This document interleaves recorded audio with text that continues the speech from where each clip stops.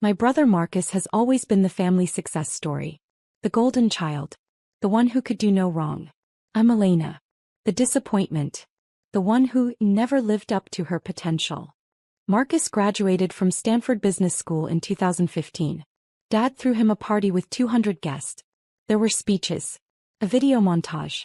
Dad actually cried during his toast about how proud he was. I graduated from MIT with a dual degree in computer science and economics that same year. I got a card in the mail. It said, "Congratulations. Love, Mom and Dad." That should have told me everything I needed to know about how the next decade would go. Marcus started a consulting firm in Denver called Apex Strategic Solutions in 2016. Dad invested $500,000.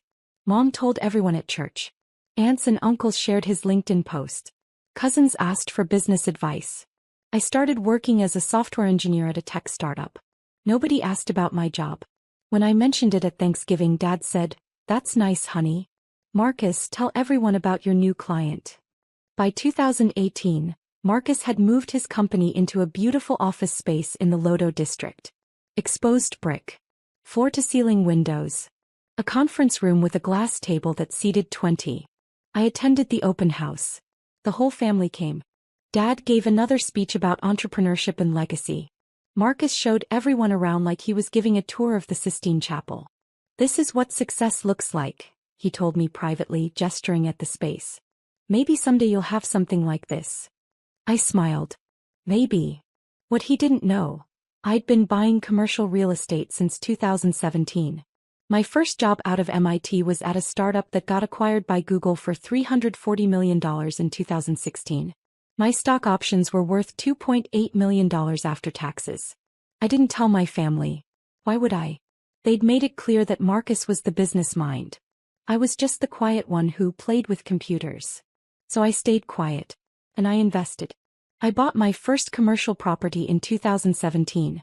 A small office building in Boulder. $1.2 million. I rented it out to 3 tech startups. Positive cash flow from day one. My second property came 6 months later. An office complex in Denver Tech Center. $3.4 million. 6 tenants. All long-term leases. By 2019 I had a portfolio worth $18 million across Colorado. That's when the building became available. Marcus had been renting office space in the Lodo district for 3 years. His company was growing. He had 15 employees. He'd tell anyone who would listen that he was building an empire. The building he rented space in was a converted warehouse. 6 floors. Exposed brick. Massive windows. 22 office suites. In March 2019 the owner died. His estate put the building on the market for $14 million. I bought it in cash through my LLC, Catalyst Properties Holdings, in April 2019. Marcus never knew. His rent checks went to a property management company. His lease agreement had the LLC name on it, not mine. The property managers handled everything. I owned the building my brother's office was in. And he had no idea. For the next 4 years life continued as normal. Marcus's company grew. By 2023 he had 23 employees. He'd expanded to take up the entire 3rd floor of the building. His company did $4.7 million in revenue that year. Dad bragged to everyone. Mom posted about it on Facebook. Extended family asked Marcus for business advice at every holiday gathering. I continued my work in tech. In 2020 I joined a fintech startup as their VP of engineering. We scaled from 30 employees to 200. We raised a Series C for $85 million. My equity was now worth approximately $12 million on paper. I also continued buying real estate. By 2023, my portfolio was worth $47 million. I owned 12 commercial properties across Colorado and Utah. Nobody in my family asked about my work. When they did, the questions were surface level. "Still doing the computer thing? That's nice, honey. Marcus just landed a $2 million client." At Christmas 2022, Marcus announced he was buying a house in Cherry Creek. $2.4 million. 5 bedrooms. Home theater. Wine cellar. Dad stood up and hugged him. "This is what I'm talking about. Real success. Real wealth." Mom cried happy tears. I was sitting right there. I'd owned a $3.8 million penthouse in downtown Denver since 2021. Nobody knew. Nobody asked. That was fine. I didn't need the attention. What I didn't realize. Marcus's success was about to become a weapon. The shift happened slowly, then all at once. In early 2023, Marcus started making comments about my career. Still working for someone else? He'd ask at family dinners. Must be nice to have a boss. How's the 9-to-5 treating you? Some people are entrepreneurs. Some people are employees. Both are necessary. Dad would laugh. Mom would change the subject. But the message was clear. I was the lesser sibling. By mid-2023, Marcus started inviting me to lunch. He'd frame it as brother-sister bonding, but every conversation turned into business advice. You should think about starting something, he'd say. You're smart enough. You just lack vision. The problem with people like you is you're afraid to take risks. If you ever want to stop playing it safe, I could mentor you. I'd nod, smile, say thank you, and I'd go back to managing my $47 million real estate portfolio. Then came Thanksgiving 2023. The whole family gathered at Mom and Dad's house. 30 people. Turkey. Football. The usual chaos. Marcus stood up after dinner and made an announcement. I wanted everyone to hear this together, he said. Apex Strategic Solutions is expanding. We're opening a second office in Boulder. We're projecting $8 million in revenue for 2024. Applause. Congratulations. Dad shook his hand. Then Marcus looked at me. Elena, I know you've been struggling to find your path, he said in front of everyone. If you ever want to learn how business really works, I'd be happy to bring you on. Entry-level position. You could learn from the ground up. The room went quiet. Mom looked at me hopefully. Dad nodded encouragingly. Cousins waited for my response. I smiled. That's very generous, Marcus. I'll think about it. What I didn't say, I owned the building his office was in. His company paid me $28,000 a month in rent through his lease agreement. I'd made $1.4 million from his rent alone over the past 4 years. But I stayed quiet. I wasn't hiding. I was watching. January 2024 arrived with new energy. Marcus's company had a strong end to 2023. He was confident. Aggressive. He'd hired 3 new consultants and was negotiating 2 major contracts. He started inviting me to visit his office. Come see what real business looks like, he'd text. I'd make excuses. Too busy. Deadlines. Travel. But in February he wore me down. Come on, he said on the phone. 1 hour. Let me show you what I've built. Maybe it'll inspire you to finally do something with your life. I agreed to visit on a Tuesday afternoon. I arrived at 2 p.m. The building I owned. The office he rented. Marcus greeted me in the lobby like a CEO welcoming a dignitary. Firm handshake. Big smile. Welcome to Apex, he said. He gave me the full tour. The open workspace. The conference rooms. The kitchen with the espresso machine. The collaboration areas with white boards covered in strategy diagrams. His employees were polite. Professional. They clearly respected him. This is what 23 people and 4 years of hard work looks like. Marcus said as we stood in his corner office. This is what happens when you're willing to take risks. I nodded. It's impressive. It could be your future too, he said. If you're willing to learn. If you're willing to put in the work instead of just collecting a paycheck from some tech company. Something in his tone bothered me. But I stayed calm. I appreciate the offer, I said. We went to the conference room. He showed me a presentation about the company's growth trajectory. Slides about revenue. Client acquisition. Market expansion. We're going to need more space soon, he said. This building has been perfect, but we're outgrowing it. What will you do? I asked. Probably move to a bigger location, he said. Or buy this building ourselves. Dad's been talking about investing more capital. I sipped my coffee. Said nothing.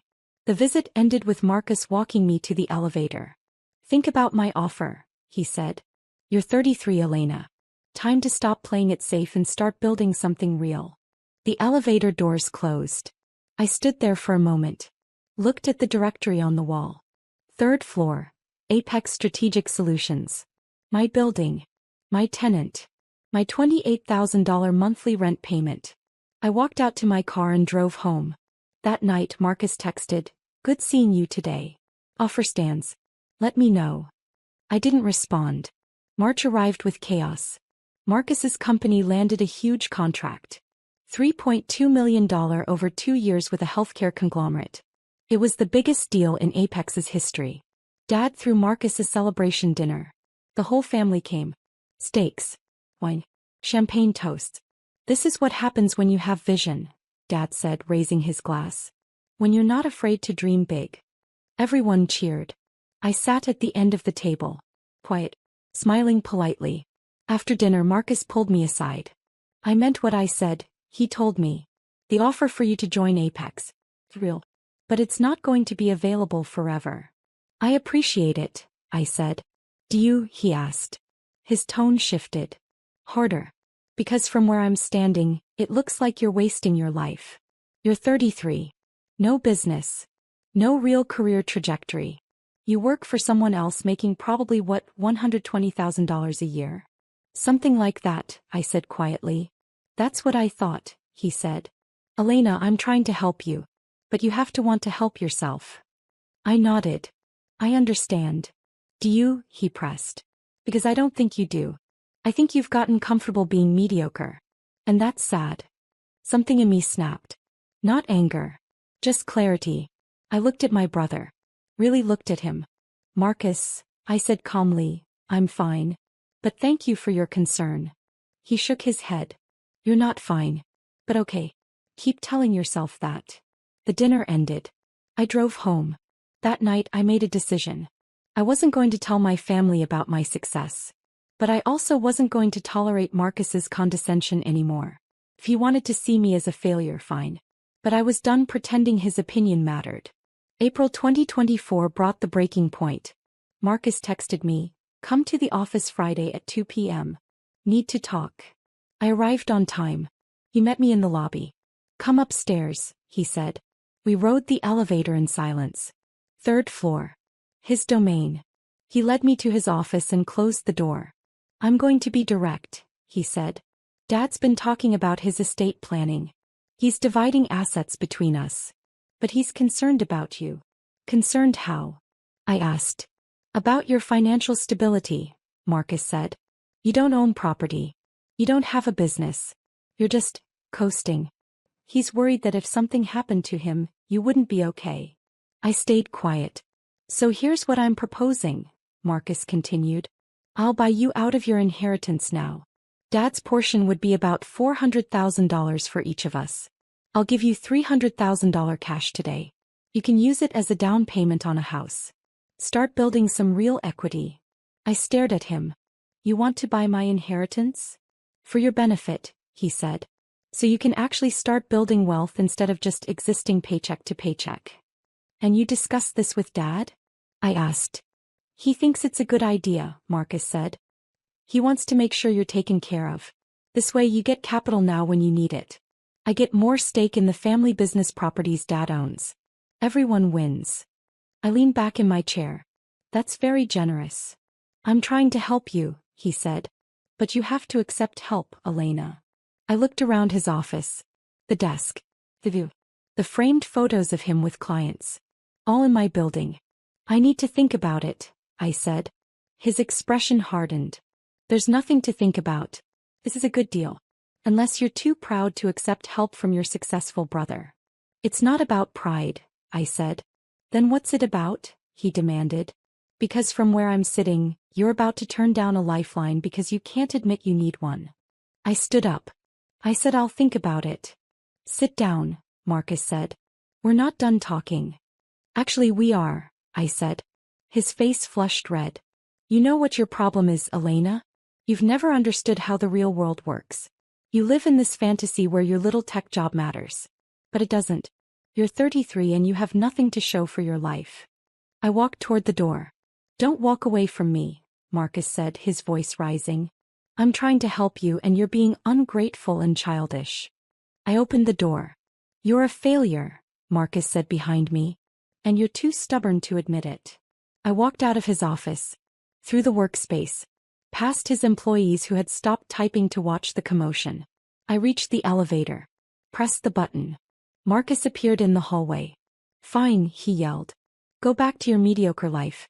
But don't come crying to me when you finally realize you wasted your potential. The elevator doors opened. I stepped inside. This building is for real entrepreneurs, Marcus shouted. Not people who are too scared to take risks. The doors started to close. Pack your shit if you're ever here again, he yelled. This space is for people who actually matter. The doors closed. I rode the elevator down in silence, walked to my car, drove home, and made a phone call. Friday night I called my property manager. I need you to deliver something Monday morning, I said. To Apex Strategic Solutions. 3rd floor. Addressed to Marcus Chen, CO. What are we delivering? She asked. A lease violation notice and eviction proceedings, I said. I'm terminating their lease effective immediately for violations of Section 12, Clause 4, harassment of property ownership. Ms. Chen, she said carefully, that's going to create significant legal complications for you. No, I said. It's going to create complications for him. I want it delivered at 9 a.m. Monday. By courier. With documentation of everything. Everything, she asked.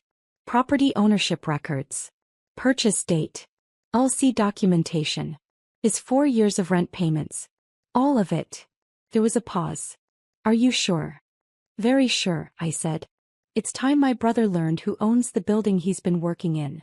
Understood, she said. I'll prepare everything. I hung up. Saturday and Sunday passed slowly. I didn't hear from Marcus. Didn't hear from family. I spent the weekend reviewing documentation, making sure every detail was perfect. Monday morning arrived. I woke up at 6 a.m., made coffee, sat on my balcony overlooking downtown Denver. At 8:45 a.m. my phone rang. Property manager. The courier is on his way, she said. He'll be there at 9 a.m. exactly. Thank you, I said. I waited. At 9:47 a.m., my phone started ringing. Marcus. I let it go to voicemail. He called again. And again. At 10:03 a.m. a text arrived. Call me now.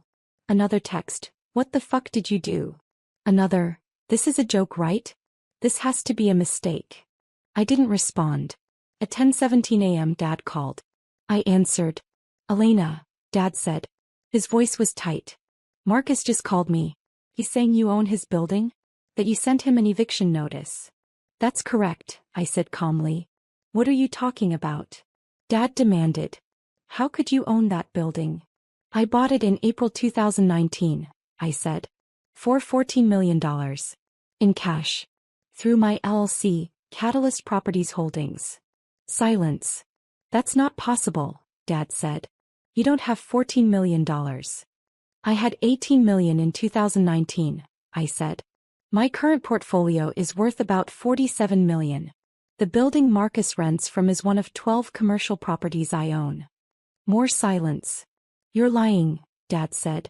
I'm not, I said. Marcus has been paying me $28,000 a month in rent for the past 4 years. I've made $1.4 million from his company alone. Why would you do this? Dad asked. Why would you hide this from us? I didn't hide it, I said. Nobody ever asked. Don't give me that, Dad snapped. You deliberately kept this from the family. Did I asked. Or did everyone just assume Marcus was the only successful one? Did anyone ever ask about my career? My finances? My life? Dad didn't answer. Friday afternoon, I continued, Marcus told me I was a failure. He said this building was for real entrepreneurs. He told me to pack my shit. So I'm granting his wish. He has 30 days to vacate the premises. Elena, Dad said, his voice changing. Softer. Let's talk about this. Don't make rash decisions. It's not rash, I said. It's been 4 years overdue. You can't kick your brother out, Dad said. His whole business is there. His employees. His clients. He should have thought about that before he decided I didn't matter, I said. Elena, please, Dad said. Let's have a family meeting. We can work this out. There's nothing to work out, I said. Marcus violated his lease agreement. He has 30 days. The property management company will handle everything from here. I hung up. The next 72 hours were chaos. Monday afternoon, 23 calls from Marcus. 17 from Dad. 8 from Mom. 12 from extended family members who'd somehow heard. I didn't answer any of them. Tuesday morning, Marcus showed up at my building. Security called me. "There's a Marcus Chin here demanding to see you," the security guard said. "Tell him I'm not available," I said. "He's very insistent," the guard said. "He says he's your brother. Tell him to contact my property management company for all matters related to his lease," I said. Marcus left. Tuesday afternoon, a lawyer called. Marcus had hired an attorney. "Miss Chin," the lawyer said, "I represent Apex Strategic Solutions. We'd like to discuss the lease termination. All communications should go through my property management company and my attorney," I said. I gave him both numbers and hung up. Tuesday evening, Mom showed up at my penthouse. I let her in. "Elena," she said, crying. "What are you doing? Why are you trying to destroy your brother?" "I'm not destroying him," I said calmly. "I'm enforcing a lease agreement he violated." "He didn't violate anything," Mom said. "He just spoke honestly to you." "He told me to pack my shit," I said. "He called me a failure. He said the building was for real entrepreneurs." "In my building, Mom. The building I own." "You should have told us," Mom said. "You should have told us you were successful." "Why?" I asked. "So you could celebrate Marcus less? So Dad could actually acknowledge I exist." Mom's face crumpled. "That's not fair. Isn't it?" I asked. "When's the last time anyone asked about my job, my life, anything that wasn't about Marcus?" She didn't answer. "I bought my first property in 2017, I said. "I've owned a $47 million real estate portfolio for years. I'm the VP of engineering at a fintech company worth $300 million. My equity alone is worth $12 million.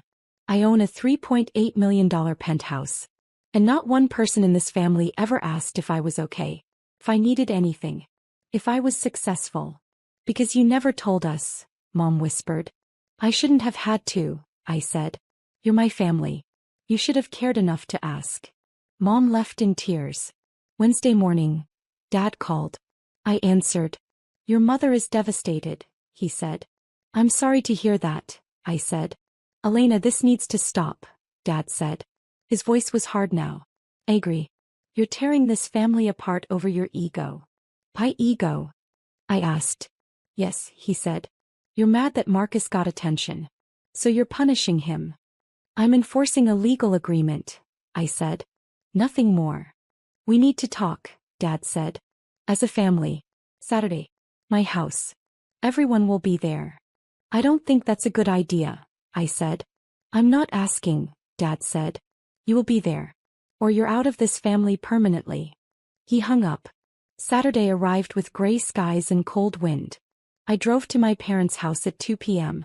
Every family member's car was in the driveway. Dad, Marcus, Aunt Linda, Uncle Tom, cousins. This was an intervention. I walked in. Everyone was sitting in the living room. Silent. Waiting. "Elena," Dad said. "Sit down." I sat. Marcus was across from me. His eyes were red. He looked like he hadn't slept. "We're here," Dad said, "because this situation has gotten out of control. Elena, you're destroying your brother's business over a personal grudge." "I'm not destroying anything," I said. "I'm terminating a lease he violated." "You own the building," Marcus said, his voice breaking. "You've owned it this whole time. And you never told me." "You never asked," I said. "Why would I ask?" Marcus shouted. "You're my little sister. You work at a tech company. How was I supposed to know you're secretly a real estate mogul?" "Maybe by talking to me?" I said. "Maybe by asking about my life instead of assuming you were the only successful person in the family?"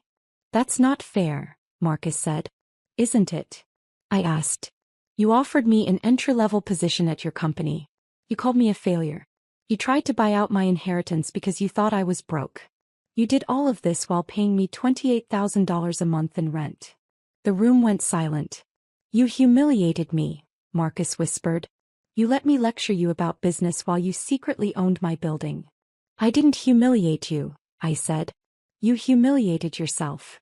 Elena, Mom said, you have to understand how this looks. You hid your success. You let us think you were struggling. And now you're using it as a weapon. I never hid anything, I said. I just stopped sharing. Because every time I tried I was ignored. Dismissed. Talked over. So I stopped trying. That's a lie, Dad said.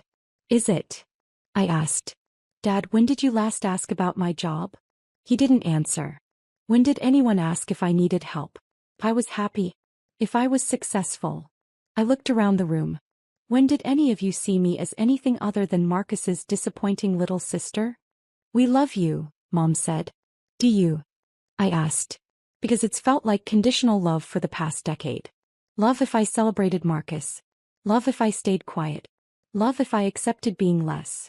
Aunt Linda spoke up. Elena, honey, you have to see how this looks. You're punishing Marcus because he's successful. No, I said. I'm protecting myself from someone who spent years treating me like I was worthless. And that person happens to be my brother. Marcus stood up. I'm sorry, okay? I'm sorry I didn't know. I'm sorry I said those things. But you can't destroy my business over this. I'm not destroying your business, I said. I'm giving you 30 days to find new office space. The same courtesy I'd give any tenant who violated their lease. This is different, Marcus said. I'm your brother. Exactly, I said. You're my brother. And you treated me worse than I'd treat a stranger. Elena, Dad said, standing up. Here's what's going to happen. You're going to withdraw the eviction notice. You're going to extend Marcus's lease. And we're going to move forward as a family. No, I said. Excuse me. Dad said. No, I repeated. I'm not withdrawing anything. Marcus has 30 days. Then you're not welcome in this family anymore, Dad said. I stood up. I stopped being welcome years ago. I just didn't realize it. I walked toward the door. Elena, Mom called. Please don't do this. I turned back. I'm not doing anything, Mom. I'm just done pretending that being invisible was the same as being loved. I left. The next 2 weeks were silent. No calls. No texts. No contact. Marcus's attorney negotiated an extension. I agreed to 60 days instead of 30. Not as a favor. As a business decision. My property management company found 3 new potential tenants for the 3rd floor. All with better credit. Higher rent. Longer lease terms. Marcus's company began the process of moving. I heard through mutual business contacts that he'd found space in a different building. Smaller. More expensive. But available. I continued my life. My job. My investments. My routine. On a Tuesday morning 3 weeks after the family meeting, I received an email. From Marcus. Subject line, I need to talk to you. I deleted it without reading. An hour later, another email, please. I opened it. Elena. I've spent 3 weeks thinking about what happened. About what I said. About how I treated you. You were right. I didn't ask about your life. I didn't see you. I assumed I was the only one who mattered. And I'm sorry. I don't expect you to forgive me. I don't expect you to change your mind about the lease. I just need you to know that I understand now. You weren't hiding. I was just too arrogant to look. Marcus. I read it twice. Then I closed my laptop and went to a meeting. October 2024 arrived with golden leaves and cold mornings. Marcus's company had moved into their new space. Smaller.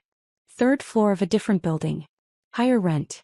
I heard through the family grapevine that his business was struggling. The move had been expensive. He'd lost 2 clients during the transition. Revenue was down. I didn't reach out. My portfolio hit $52 million. I promoted 2 senior engineers at my company. I bought another property in Salt Lake City. Life continued. On a Friday afternoon my phone rang. Unknown number. I answered. Elena. A woman's voice. Familiar. Yes. It's Rebecca. Marcus's wife. I hadn't spoken to Rebecca since the family meeting. Hi, I said cautiously. I know I have no right to ask this, Rebecca said. But I need to talk to you. In person. Just 30 minutes. Rebecca. Please, she said. It's not about the lease. Or the building. It's about Marcus. Something in her voice made me pause. Hey, I said. Coffee tomorrow morning? Thank you, she whispered. We met at a cafe in Capitol Hill. Rebecca looked tired. Thinner than I remembered. Thank you for meeting me, she said as we sat down. Of course, I said. What's going on? Rebecca took a breath. Marcus is not okay. The business is failing. We're burning through savings. He's not sleeping. He barely eats. And he won't talk to anyone. I stayed quiet. He's too proud to ask for help, Rebecca continued. But I'm not. Elena, I know what he did. I know what he said to you. And you had every right to do what you did. Rebecca. Let me finish, she said. Marcus has been the golden child his whole life. Everything came easy. Dad's approval. Success. Pain. And when you revealed that you'd been more successful than him all along, it shattered something in him. That's not my problem, I said gently. I know, Rebecca said. But I'm asking you to consider something. Not for Marcus. For yourself. What do you mean? You proved your point, Rebecca said. Everyone knows you're successful now. Marcus knows he was wrong. The family knows they ignored you. You won. But winning doesn't mean you have to keep punishing him forever. I looked at my coffee. I'm not punishing him. I'm just living my life. Are you? Rebecca asked. Because from where I'm sitting you're still carrying all that hurt. All that anger. And it's heavy. What are you asking me to do? I asked. Have coffee with him, Rebecca said. Just once. Let him apologize properly. Not to fix the business. Not to get something from you. Just to heal what's broken. I don't know if I can, I said. I understand, Rebecca said. But think about it. For yourself. Not for him. She left. I sat there for another hour. Thinking. 2 weeks later I called Marcus. He answered on the first ring. Elena. Hi, I said. Rebecca talked to me. Silence. I'm willing to have coffee, I said. One conversation. That's all I'm promising. Okay, Marcus said quietly. When? Saturday. 10 a.m. Same cafe. I'll be there, he said. Saturday arrived. I got there early. Ordered coffee. Waited. Marcus arrived at 9:55 a.m. He looked different. Older. Tired. Humble. Thank you for coming, he said as he sat down. I nodded. I don't know where to start, Marcus said. Start with the truth, I said. He took a breath. I was jealous of you. I blinked. What?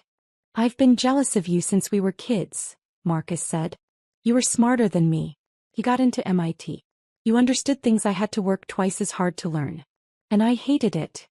I didn't know what to say. So I made myself into the golden child, Marcus continued. I worked harder. I got the praise. I built the image of success. And I convinced myself I'd won. That I was better. Marcus. But you were always ahead of me, he said. You just didn't need the applause. And that made me even more insecure. He looked at me.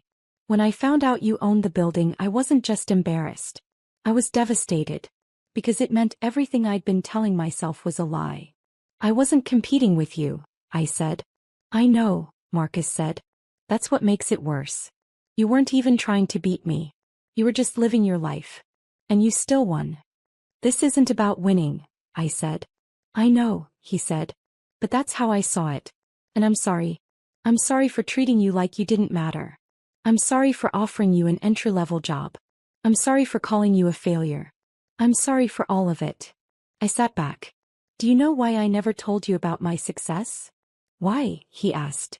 Because I didn't need to, I said. I didn't need Dad's praise. I didn't need Mom's Facebook posts.